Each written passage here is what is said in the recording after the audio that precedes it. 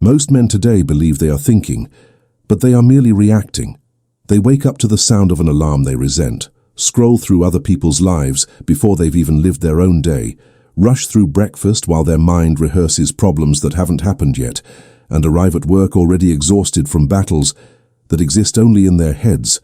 They spend 8, 10, 12 hours responding to demands, notifications, expectations, and when they finally return home, they collapse in front of a screen, feeding their mind more noise, more comparison, more distraction, until sleep takes them into a restless unconsciousness. And the next morning it all begins again. This is the life of the modern man. He is busy, certainly. He is occupied, without question, but he is not free. He is not awake. He is not in control. He is a slave to his own mind, and he doesn't even know it. I know this because I lived it. I spent years of my life believing I was making decisions when I was only obeying impulses.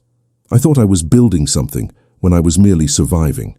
I convinced myself I was fine, productive, successful even, while inside I felt like a passenger in my own life, watching it unfold from a distance, powerless to change direction. And then one day, I understood something that changed everything. The mind, left unattended, becomes a tyrant. It creates prisons made of worry, chains forged from habit, walls built from fear. And the cruelest part is this: we build these prisons ourselves, stone by stone, thought by thought, day by day, until we forget there was ever a door. The problem is not that life is hard. Life has always been hard. The problem is that we have lost the ability to govern our own minds.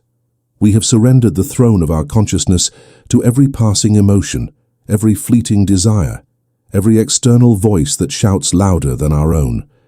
We have become a generation of mental servants, obedient to anxiety, loyal to distraction, enslaved by the tyranny of our own unexamined thoughts. And the tragedy is not that we suffer, it is that we suffer needlessly. It is that we remain captive to a master we could overthrow at any moment, if only we understood the nature of the battle. Let me be clear about what I mean. When I speak of dominating your mind, I am not speaking of positive thinking, affirmations, or pretending problems don't exist. I am speaking of something far more fundamental. I am speaking of the deliberate daily practice of taking command of your inner world, of deciding what you will think about instead of letting your mind decide for you, of choosing your focus instead of letting circumstance choose it, of training your attention like you would train a muscle, with discipline, with repetition, with the understanding that mastery is not a destination, but a practice that must be renewed every single day. Most people treat their minds like spectators at a movie. They sit back and watch whatever plays on the screen, believing they have no choice in the matter. Worry appears, and they watch. Anger rises, and they watch. Desire calls, and they answer. They have become so accustomed to this passive relationship with their own thoughts that they no longer recognize it as a choice. But it is a choice. It has always been a choice. The difference between a man who is free and a man who is enslaved is simply this: one has learned to choose his thoughts, and the other has not. Now you might be thinking this sounds too simple, and you would be right to be skeptical. We have been conditioned to believe that our minds are mysterious, that our emotions are uncontrollable forces that happen to us, that we are victims of our own psychology. And there is some truth to this. We cannot always control what thought arises, but we can control what we do with it. We cannot always prevent fear from knocking on the door, but we can decide whether to invite it in for dinner.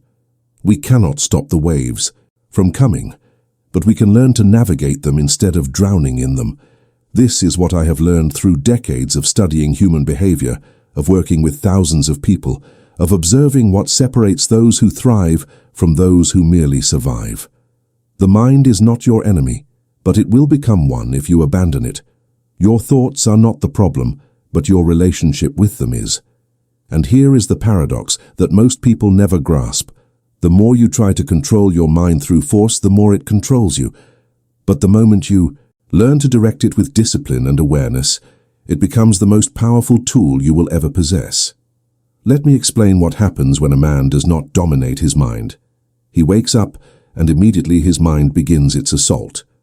It reminds him of everything he didn't accomplish yesterday. It shows him a list of everything that could go wrong today. It compares his life to others and finds him lacking. It resurrects past failures and projects future catastrophes. And he believes all of it. He believes it because he has never learned to question it. He has never learned that his mind, when left ungoverned, is not a reliable narrator. It is a survival machine designed to keep you safe, not happy. It is wired to scan for threats, to anticipate problems, to replay pain so you avoid it in the future. This was useful when we lived in caves and faced predators. It is crippling in a world where most of our threats are imagined. The undisciplined mind is exhausting. It takes a man and turns him into a battlefield. It makes him fight the same wars every morning, face the same fears every evening, solve the same problems 1,000 times without ever finding peace. It steals his energy, fragments his focus, and leaves him feeling like he is working hard but getting nowhere. And the worst part is, he blames everything except the real culprit. He blames his job, his relationships, his circumstances, never realizing that the prison is not external, it is between his ears. I have watched men destroy their lives not because they lacked talent, but because they lacked control. I have seen brilliant minds wasted because they could not stop replaying conversations that were already over. I have witnessed potential squandered because a man could not stop comparing himself to others. I have seen relationships crumble because a man could not silence the voice that told him he wasn't worthy of love. And in every case, the tragedy was the same.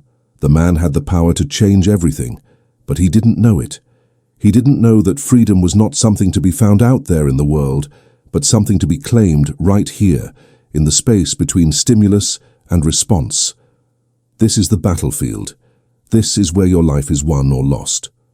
Not in the boardroom, not in the gym, not in your bank account, but in the quiet moments when your mind offers you a thought and you decide what to do with it. Do you accept it as truth, or do you examine it? Do you follow it down the rabbit hole, or do you redirect your attention? Do you let it define your day, or do you choose a different focus? These are the decisions that shape your life, and yet most people never make them consciously. They live on autopilot, and then they wonder why they feel powerless. Let me tell you, what changes when you begin to dominate your mind? First, you stop being a victim of your moods.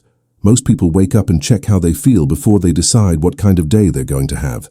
They are slaves to their emotional weather. If they feel good, they act. If they feel bad, they withdraw. Their entire life is dictated by the shifting winds of their inner climate. But a man who has mastered his mind understands that feelings are not facts. They are simply information. He can feel anxious and still move forward. He can feel uncertain and still make decisions. He can feel tired and still show up. He has learned to act according to his values, not his emotions. And this single shift changes everything. Second, you reclaim your time. The undisciplined mind is a time thief. It makes you spend hours worrying about things that never happen. It makes you rehearse conversations that will never take place. It makes you scroll, click, consume, anything to avoid the discomfort of being alone with your thoughts. But when you learn to direct your mind, you realize how much energy you were wasting. You realize that most of what you thought was important was just noise. You begin to focus on what actually matters, and suddenly you have more time, more clarity, more capacity to build the life you actually want. Third, you stop seeking validation from the outside world. Most people are enslaved by the opinions of others because their minds never stop asking the question, what do they think of me? This question runs in the background like a virus, consuming energy, distorting decisions, making you perform instead of live. But when you dominate your mind, you learn to ask a better question. What do I think of myself? And more importantly, am I living according to my own values? When you answer to yourself first, you become immune to the chaos of external judgment. You become free. Now, let me address the objection I know is forming in your mind. You're thinking this all sounds good, but it's not realistic. Life is hard. Problems are real. Stress is inevitable. And you're right. I am not suggesting you can think your way out of suffering. I am not selling you a fantasy where you control your mind and suddenly everything becomes easy. That is a lie. What I am telling you is this. You cannot always control what happens to you, but you can always control how you respond. You cannot eliminate stress, but you can refuse to let it own you. You cannot avoid pain, but you can choose not to add suffering on top of it by dwelling, ruminating, catastrophizing. This is the difference, this is the power, and it is available to you right now, not someday when conditions improve, but today, in this moment, with the next thought that arises. So how do you begin? How does a man who has spent years as a passenger in his own mind suddenly take the wheel? The answer is both simple and difficult. You begin by paying attention, that is all. You begin by noticing. Most people never observe their own thinking. They are so identified with their thoughts that they cannot see them. They are the fish who doesn't know it's in water, but the moment you create even a small gap between yourself and your thoughts, everything changes. You realize, I am not my thoughts. I am the one who observes them, and this single realization is the birth of freedom. Start here. Tomorrow morning when you wake up, before you reach for your phone, before you start planning your day, just notice. Notice what your mind does automatically. Does it immediately start complaining? Does it scan for problems? Does it compare today to yesterday? Just observe it. You don't need to change it yet, you just need to see it. Because you cannot change what you cannot see. This is the first step, awareness, and it is more powerful than you realize. The second step is redirection. Once you notice a thought that doesn't serve you, you choose a different one. Not because you're pretending the first thought isn't there, but because you recognize you have a choice. Let's say you wake up and your mind says, today is going to be hard. You notice this thought. You don't fight it. You don't argue with it. You simply redirect. You say, yes, there will be challenges, and I am capable of meeting them. This is not positive thinking. This is mental discipline. You are training your mind to serve you instead of sabotage you. The third step is repetition. You must do this every day, not when you feel like it, not when it's convenient. Every single day. Because your mind has been running on autopilot for years, maybe decades. It has patterns, grooves, habits that are deeply carved. You cannot change them with one good day. You change them with consistency. You change them by showing up again and again, even when it feels like nothing is happening, especially when it feels like nothing is happening. This is how mastery is built, not in moments of inspiration, but in the boring, unglamorous work of daily practice. Let me be honest with you, there will be days when you fail. There will be mornings when you forget. There will be weeks when you slip back into old patterns. This is not failure. This is part of the process. The difference between a man who eventually dominates his mind and a man who remains enslaved is not that the first never fails, but that he returns. He notices he has drifted, and he comes back. He doesn't waste energy on guilt or shame. He simply begins again, because he understands that this is not a battle you win once. It is a practice you renew daily. Now I want you to consider the stakes. I want you to really understand what you lose if you do not do this work. You lose your life, not in some dramatic, sudden way, but slowly, imperceptibly, day by day. You lose it to worry that never protects you. You lose it to distraction that never satisfies you. You lose it to the opinions of people who don't matter. You lose it to regret over the past and anxiety about the future, while the present, the only time you actually have, slips through your fingers unnoticed. This is the cost of an undominated mind. You don't lose your life in one catastrophic moment. You lose it in 1,000 small surrenders. But here is the other side.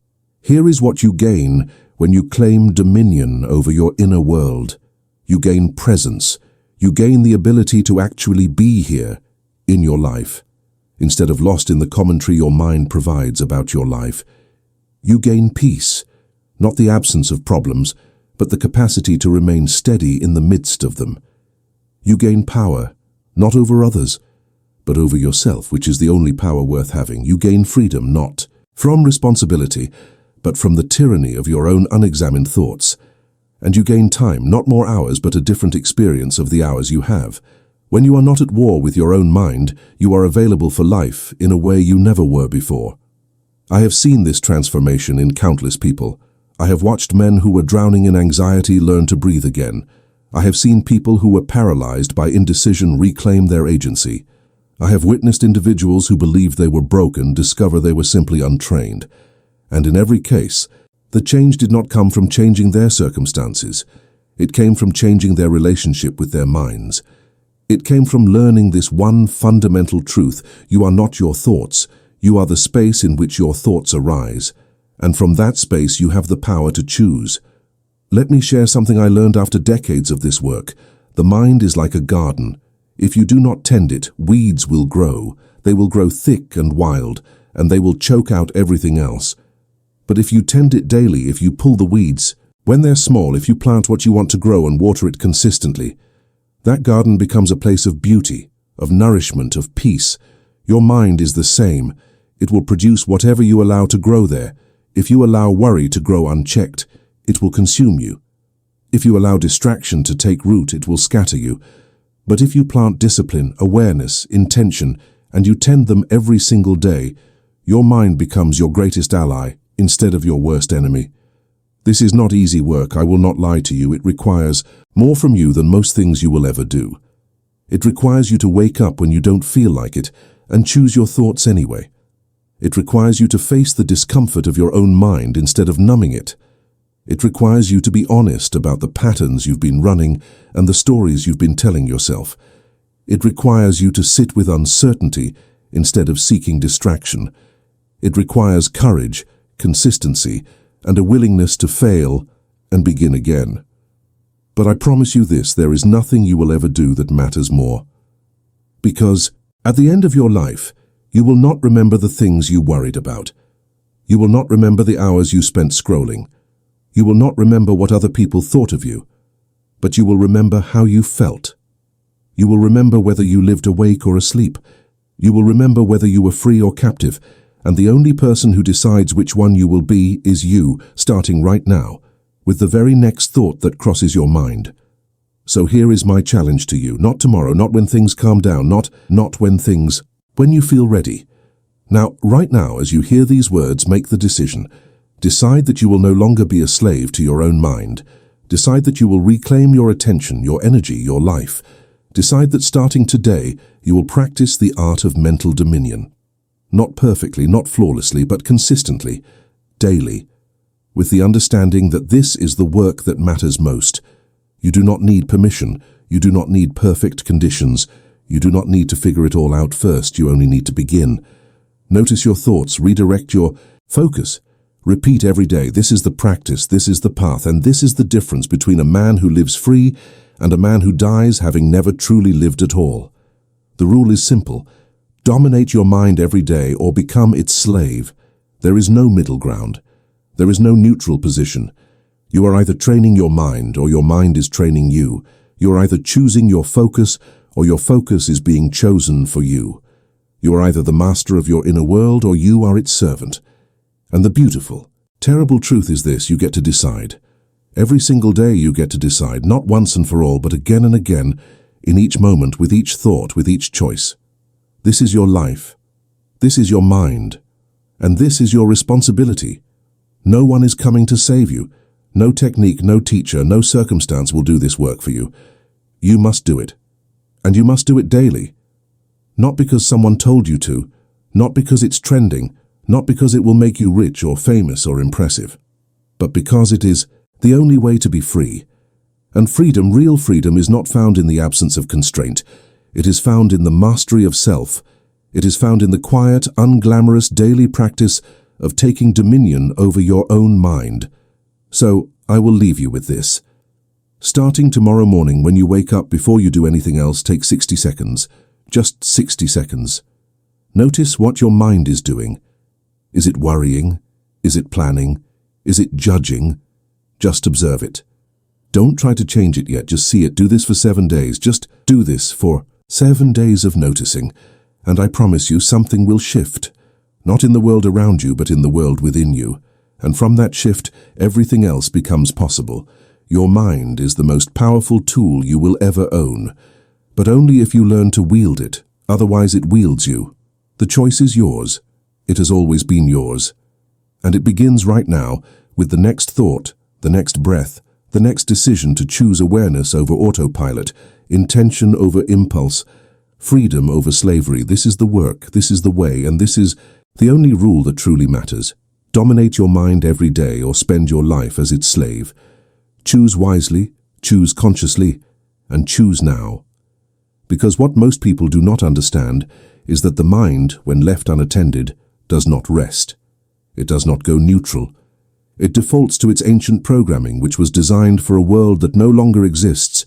Your mind was built to keep you alive in an environment of physical threat, where hesitation meant death and vigilance meant survival. But you do not live in that world anymore. You live in a world where the threats are largely psychological, where the dangers are mostly imagined, where the battles are fought not with predators, but with your own projections. And yet your mind still operates as if a lion is chasing you, except now the lion is a deadline, a difficult conversation, an email you haven't sent, a fear of what someone might think.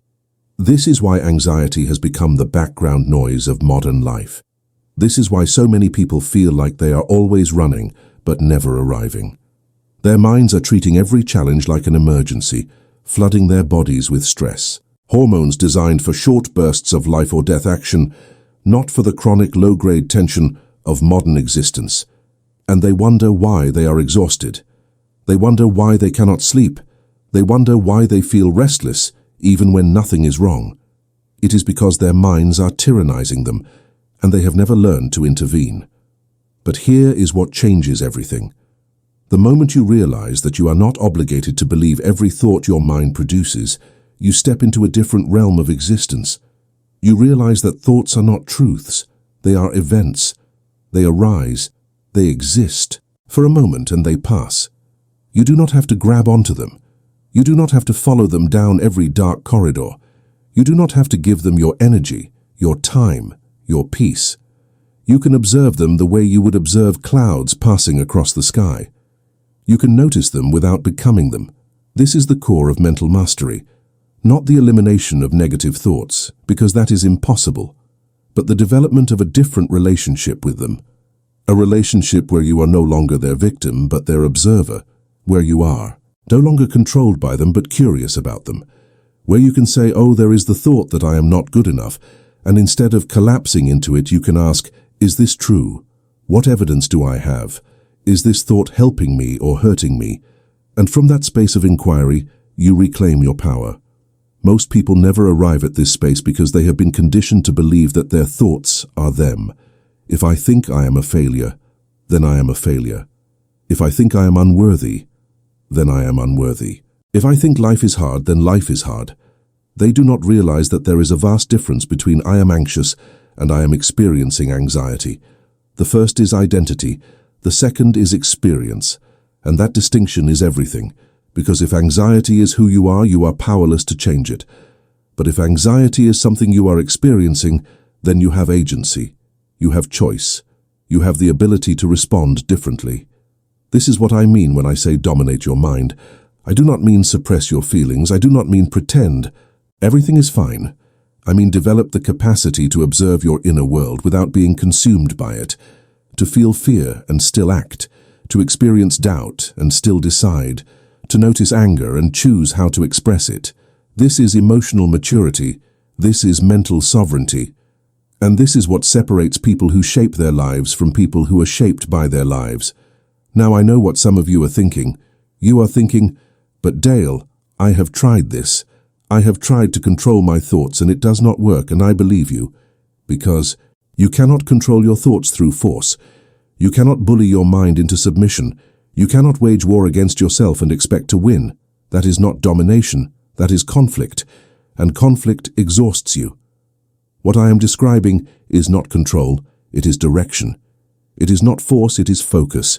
It is learning to steer your attention the way you would steer a ship, not by fighting the ocean, but by adjusting your sails. Let me give you a practical example. Let us say you wake up tomorrow and you immediately feel dread. Your mind starts its familiar routine. You have so much to do. You are behind. You are not where you should be. This is the pattern, and it is automatic. Now the untrained person does one of two things. Either they believe these thoughts and spend the morning paralyzed by overwhelm, or they try to fight these thoughts and spend the morning at war with themselves. Both approaches drain energy. Both keep you stuck. But the trained mind does something different. It notices. It says, I am experiencing the thought that I am behind. Interesting. Then it asks, is this thought useful right now? And usually the answer is no. So instead of fighting the thought or believing it, the trained mind redirects. It says, what is the most important thing I can do in the next hour? And it focuses there. The thought might return. It probably will. But each time you notice, you question, you redirect, and over time the thought loses its power. Not because you defeated it, but because you stopped feeding it your attention. This is the practice. This is what it looks like in real life. It is not glamorous, it is not dramatic, it is simply the quiet, consistent act of steering your mind back to what matters, again and again, day after day. And this is why most people do not do it, because it requires patience. It requires humility. It requires the willingness to fail 100 times and still show up on the 101st. But I will tell you what I have learned. The people who do this work, the people who commit to this practice, they do not become perfect. They become free. And freedom is worth infinitely more than perfection. Think about the people you admire, the ones who seem grounded, present, unshaken by circumstance. You might think they have easy lives. You might think they were born with some advantage you lack. But I promise you, most of them have simply learned to govern their minds. They have learned to focus on what they can control and release what they cannot. They have learned to respond instead of react. They have learned to direct their attention instead of being hijacked by it. This is not a talent you are born with. This is a skill you develop. And it is available to anyone willing to do the work. But here is the hard truth. Most people will not do this work. They will hear these words and nod and agree and then return to their old patterns. They will continue to let their minds run wild, terrorizing them with worries that never materialize and regrets that cannot be changed. They will continue to live as slaves to their own thoughts, wondering why life feels so hard, why peace feels so distant, why clarity never comes. And the tragedy is not that they cannot change. The tragedy is that they will not. They will choose the familiar suffering over the unfamiliar work of liberation. Do not be one of them. Do not let this moment pass without making a decision. Do not nod along and then forget. Do not wait for someday. Because someday is a lie we tell ourselves to avoid the discomfort of now. The time is now. The choice is now. And the power is now. You do not need more information. You do not need another book, another course, another video. You need to begin. You need to take the first step. And the first step is always the same. Notice. Just notice what your mind is doing. I will tell you something else. The greatest gift you can give the people you love is your presence, not your worry about them, not your anxiety for them, not your attempts to control outcomes you cannot control, but your actual presence, your ability to be here now with them instead of lost in the hurricane of your own mind. And you cannot give this gift until you learn to dominate your mind, because an undominated mind is never present. It is always somewhere else, replaying the past or rehearsing the future. Never actually here, never actually alive. Your children, if you have them, do not need you to be perfect. They need you to be present. Your partner does not need you to have all the answers. They need you to be able to listen without your mind racing ahead to solutions. Your friends do not need you to fix them. They need you to be there, fully there, not distracted by the 1,000 thoughts competing for your attention. And you cannot do any of this until you learn to quiet the noise. Until you learn to choose your focus, until you learn to dominate your mind. This is not selfish work. This is the most generous thing you can do, because a person who has mastered their mind does not project their chaos onto others. They do not blame. They do not react. They do not make their problems everyone else's emergency. They take responsibility for their inner world, and in doing so, they create space for others to do the same. They become a source of calm in a world of chaos. They become a presence of clarity in a culture of confusion. They become free, and their freedom gives others permission to seek their own. So let me ask you a question. What would your life look like if you were not at war with your own mind?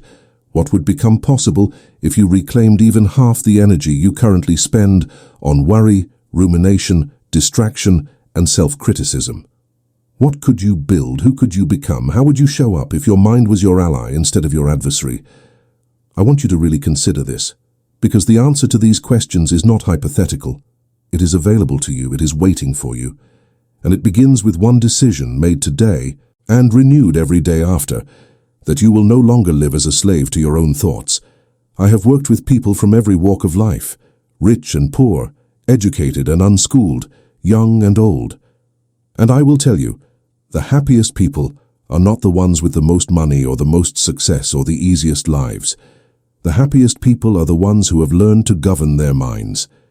They are the ones who wake up and decide what they will focus on instead of letting their focus be decided for them. They are the ones who feel fear and act anyway. They are the ones who experience pain, but do not add suffering by dwelling on it. They are the ones who have learned that peace is not the absence of challenge, but the presence of mental discipline. And the most miserable people I have known, regardless of their wealth or status, are the ones who are ruled by their minds. They are prisoners of their own thoughts, and no amount of external success can free them.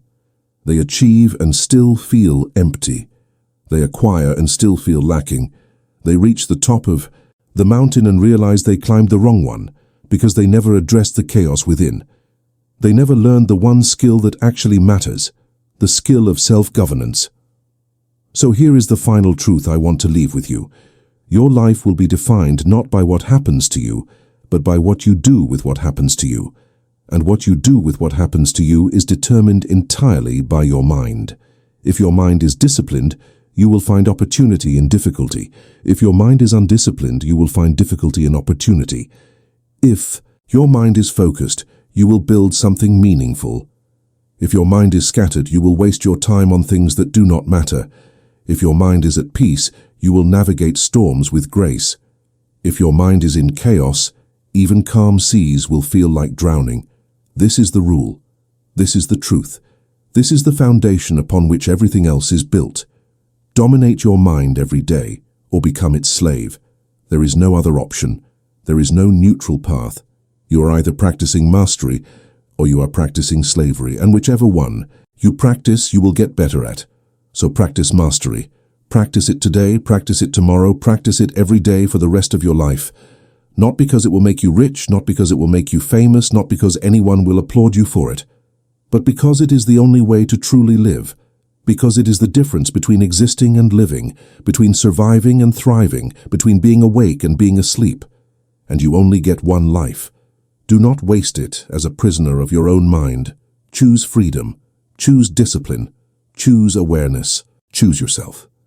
And do it now, today, this moment, because this moment is all you ever truly have.